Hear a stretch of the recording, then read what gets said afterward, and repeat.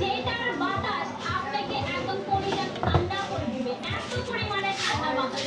বাজারে কিন্তু অনেক ফ্যান আছে, কিন্তু সেগুলো দেখবেন যে চললেও অনেক বড় বড় বাতাস বের হয়।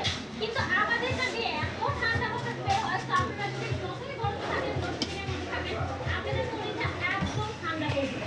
আর প্রাইস দেখেছি মাত্র 1 টাকা। এটার মধ্যে থাকবে কি পরিমাণে পিঠার পাতা আমি বলে দিচ্ছি।